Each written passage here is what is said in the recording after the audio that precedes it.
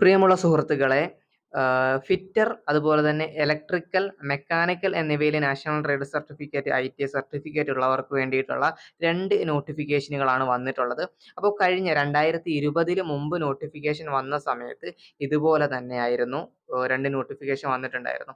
അപ്പോൾ ഞാൻ പറയുന്നത്, ഇതിനകത്ത് ഈ പറയുന്ന ഇലക്ട്രീഷ്യൻകാർ അപ്ലൈ ചെയ്യാൻ കഴിയുമെങ്കിലും നിങ്ങൾ ഇതിനകത്തേക്ക് പ്രിപ്പയർ ചെയ്യേണ്ടതില്ല. മുമ്പ് തന്നെ ഞാൻ ഇതേ പറ്റിയിട്ട് നല്ല രീതിയിൽ നോക്കിയിരുന്നു. അപ്പോൾ എനിക്ക് മനസ്സിലാക്കാൻ പറ്റിയത്, ആ ക്വസ്റ്റ്യൻസിനകത്ത് 100 ചോദ്യങ്ങളുണ്ടെങ്കിലും അതിൽ 30 ചോദ്യങ്ങൾ മാത്രമാണ് ഇലക്ട്രിക്കലുമായി ബന്ധപ്പെട്ടുകൊണ്ട് വരുന്നത്. 40 മാർക്ക് ഫിറ്റർ ട്രേഡുമായി ബന്ധപ്പെട്ടുകൊണ്ടും 30 മാർക്ക് മെക്കാനിക്കൽ ട്രേഡുമായിട്ട് ബന്ധപ്പെട്ടുകൊണ്ടുമാണ് ചോദ്യപേപ്പറിൽ ഉണ്ടാവുന്നത്. അപ്പോൾ ഇതിൻ്റെ രണ്ടിൻ്റെയും ഒഴിവും വളരെ കുറവാണ്. അപ്പോൾ ഇലക്ട്രീഷ്യൻ ട്രേഡുകാർ ഈ എക്സാമിന് വേണ്ടിയിട്ട് ഫിറ്ററും മെക്കാനിക്കും ഒക്കെ പഠിച്ചു കഴിഞ്ഞാൽ ഭാവിയിൽ അതുകൊണ്ട് ഒരുപാട് എക്സാമുകൾക്കൊന്നും പ്രയോജനപ്പെടില്ല. അതുകൊണ്ട് ഇതിന് വേണ്ടിയിട്ട് പ്രത്യേകിച്ച് ഫോക്കസ് ചെയ്യേണ്ടതില്ല. പകരം ഇതേ വേക്കൻസികളുള്ള മറ്റൊരുപാട്, ഈ വളരെ ഒഴിവ് കുറവാണ്. അപ്പോൾ കൂടുതൽ മറ്റ് എക്സാമുകളുണ്ട്, അതിൽ ഫോക്കസ് ചെയ്യുക. ഇലക്ട്രീഷ്യനിലെ നിമി ടെക്സ്റ്റ് ബുക്ക് പഠിച്ചുകൊണ്ട് അതിന് പ്രിപ്പയർ ചെയ്യുന്നതാണ് നല്ലത്. ഓക്കെ, ഫിറ്റർ ട്രേഡുകാർ ഇതിനകത്തേക്ക് നോക്കുക. ഓക്കെ, അപ്പോൾ ഇതിനകത്ത് വന്നിട്ട് ആദ്യത്തെ ഓപ്പറേറ്റർ ഗ്രേഡ് 3 ആണ്. Okay, apex societies of cooperative sector in Kerala. അപ്പോൾ ഇതിനകത്ത് വന്നിട്ട് 2 വേക്കൻസിയാണ്. ഓക്കെ, എന്തായിരുന്നാലും സാലറി സ്കെയിൽ നമ്മുടെ മുമ്പത്തെ ട്രേഡ്സ്മാൻ അല്ലെങ്കിൽ വാട്ടർ അതോറിറ്റി, വാട്ടർ ട്രാൻസ്പോർട്ടിൻ്റെ അത്ര ഒന്നും വരില്ല. ഓക്കെ, അതുപോലെ തന്നെ ക്വാളിഫിക്കേഷൻ ITIയിൽ നാഷണൽ ട്രേഡ് സർട്ടിഫിക്കറ്റ് അല്ലെങ്കിൽ national apprenticeship certificate of fitter, mechanical, അതുപോലെ തന്നെ ഇലക്ട്രിക്കൽ ട്രേഡാണ്. ഞാൻ ഒരിക്കലും ഇലക്ട്രിക്കൽ ട്രേഡുകാർ ഇതിനകത്തേക്ക് എക്സാം എഴുതാൻ ഒരിക്കലും ഞാൻ പറയില്ല. അത് ഒരു നല്ല തീരുമാനമല്ല. സിലബസ് ജസ്റ്റ് വേണമെങ്കിൽ അറ്റൻഡ് ചെയ്ത് നോക്കാം. അതിന് വേണ്ടിയിട്ട് പ്രിപ്പയർ ചെയ്യുന്ന അത്ര നല്ല കാര്യമായിട്ട് എനിക്ക് തോന്നുന്നില്ല. ഓക്കെ, അപ്പം ഇതാണ് ആദ്യത്തെ നമ്മുടെ നോട്ടിഫിക്കേഷൻ എന്ന് പറയുന്നത്. കേരളത്തിലെ സംസ്ഥാന സഹകരണ മേഖലയിലേക്കുള്ള അപ്പെക്സ് സൊസൈറ്റിയിലുള്ള മത്സ്യഫെഡിലേക്കുള്ള ഓപ്പറേറ്റർ ഗ്രേഡ് 3 ആണ്. അവിടെ 2 ഒഴിവുകളാണുള്ളത്. ആ 2 ഒഴിവുകളിലുള്ള ഇതിലേക്ക് ആപ്ലിക്കേഷൻ അയക്കാൻ താല്പര്യമുള്ളവർക്ക് അപ്ലൈ ചെയ്യാം കേട്ടോ. അപ്പോൾ അതേണ്ട അടുത്തൊരു വേക്കൻസി എന്ന് പറയുന്നത് 592/2024. ഓക്കെ, ഇതും മുമ്പും ഇതേപോലെ തന്നെ 2 എക്സാം കോമൺ എക്സാം ആയിരുന്നു. ഇങ്ങനെ തന്നെയാണ് ഇത്തവണയും വരുന്നത്. ഒരുപാട് വേക്കൻസികൾ കൂടുമെന്നൊന്നും പ്രതീക്ഷിക്കരുത് കേട്ടോ.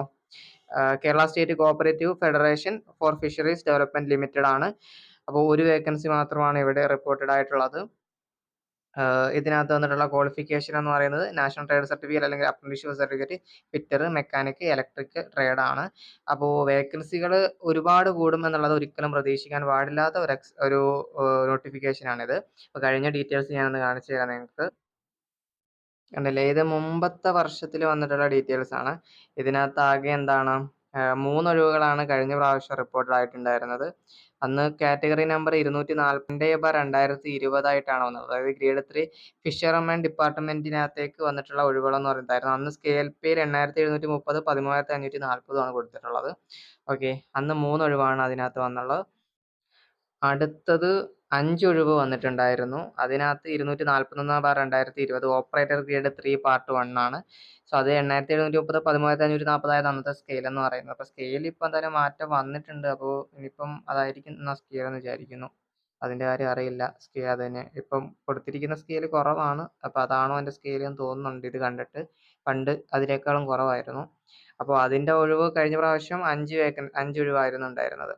ഓക്കെ, 2020 ഇതിൻ്റെ റാങ്ക് ലിസ്റ്റ് വന്ന ഡേറ്റ് നിങ്ങൾ ശ്രദ്ധിച്ചോ? ഇതിൻ്റെ റാങ്ക് ലിസ്റ്റ് 23/3/2023. പക്ഷേ അതാണ് ഞാൻ പറഞ്ഞത്, എനിക്ക് തോന്നുന്നു അതിനകത്തേക്ക് എന്താ പറയുക, റാങ്ക് ലിസ്റ്റ് കഴിഞ്ഞു പോയിട്ടുണ്ടാവാം. അതായത് റാങ്ക് ലിസ്റ്റിൽ നിന്ന് മറ്റുള്ള നിയമനങ്ങളൊക്കെ കയറിയിട്ടുണ്ടാവും ആരെങ്കിലുമൊക്കെ. അതുകൊണ്ടായിരിക്കാം ഇപ്പോൾ ബാക്കിയുള്ള ഒഴിവായിരിക്കാം ഇപ്പം നോട്ടിഫിക്കേഷനായിട്ട് വിളിച്ചിട്ടുള്ളതെന്ന് എനിക്ക് തോന്നുന്നുണ്ട്. കാരണം സാലറി സ്കെയിലൊക്കെ കുറവായതുകൊണ്ട് തന്നെ ആരും അങ്ങനെ എന്ത് ചെയ്യില്ല, മറ്റൊന്നിലേക്ക് പോകാനേ നോക്കുള്ളൂ. എന്തായിരുന്നാലും പ്രിപ്പയർ ചെയ്യുന്നവർക്ക് ഇതിനകത്തേക്കൊന്ന് നോക്കാം.